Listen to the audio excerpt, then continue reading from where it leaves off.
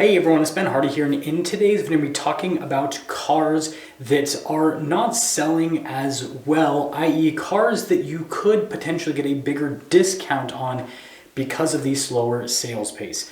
Before we get into this video though, as always, if you're going to save time and money the next time you purchase a car, link to my car buying guide in the description down below. Let's get into it.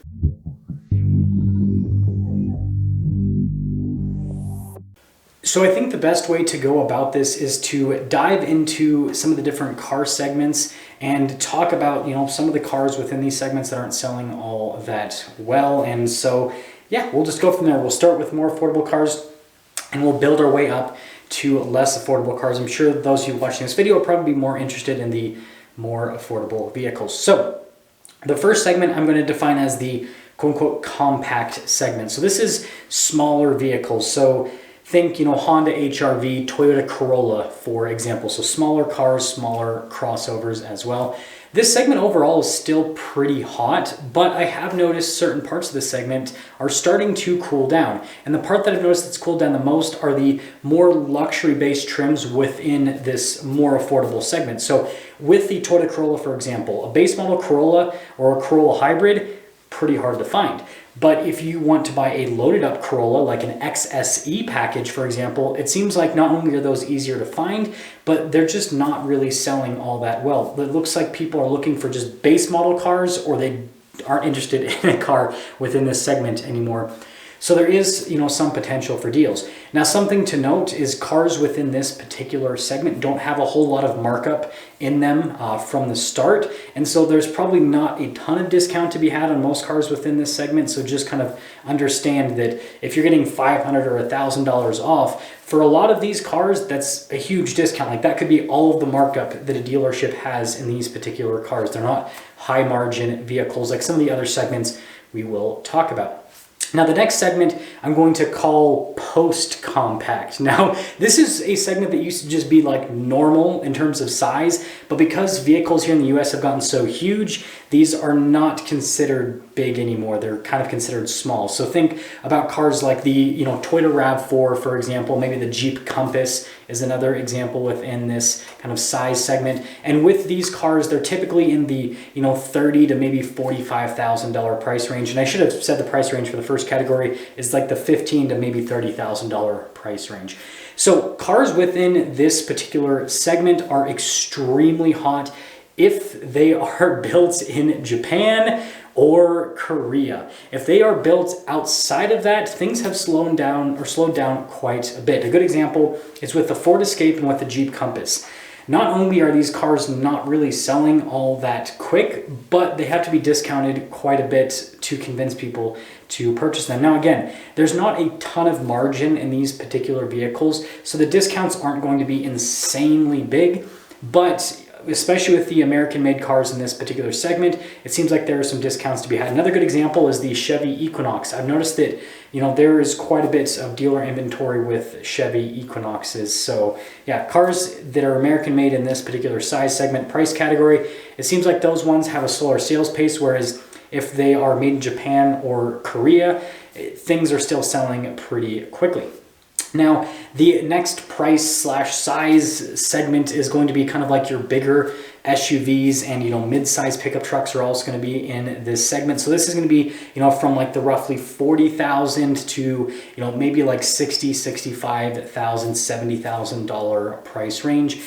And within this particular segment, it's pretty much split. So mid-size pickup trucks are actually still selling really well. There is some inventory buildup with these mid-size pickup trucks because automakers have been able to kind of ramp up with production a bit.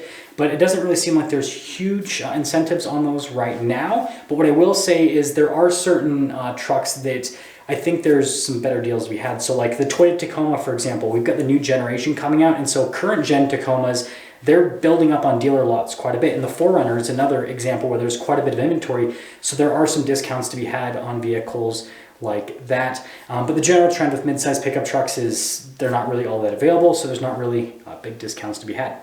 Now, when it comes to crossovers, bigger crossovers, or what you might call SUVs within this size segment/price segment. So think like a lot of third row SUVs are going to be in this range. So like Kia Telluride, the new Toyota Grand Highlander, stuff like the Ford Explorer, Dodge Durango, etc.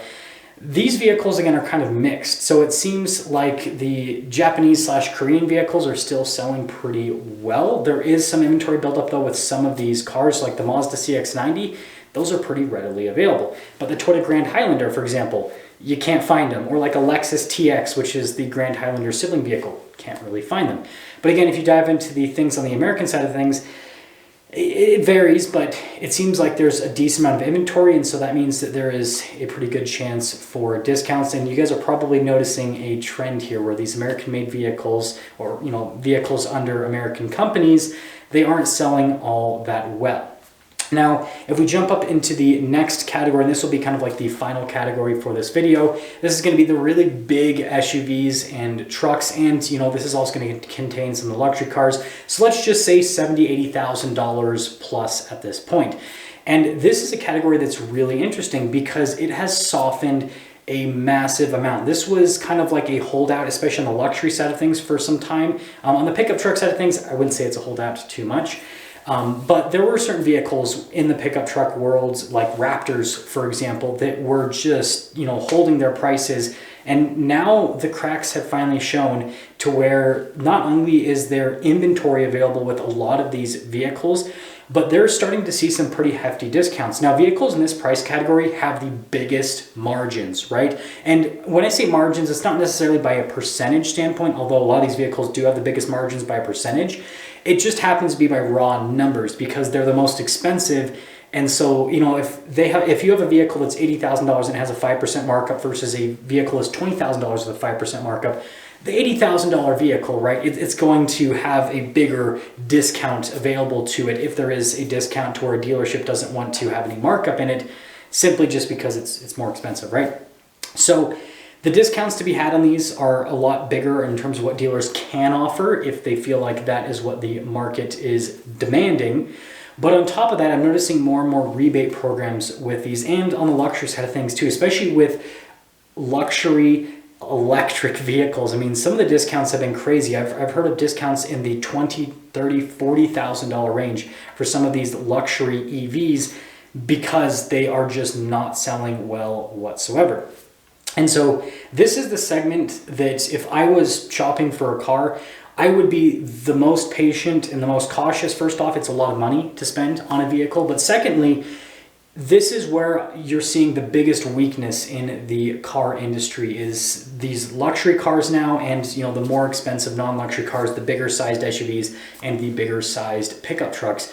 And so patience is something that will definitely help out with this particular segment, because let me just tell you, the discounts are already big right now, and there is potential that there could be bigger discounts in the future. Now, that doesn't mean that these vehicles aren't selling.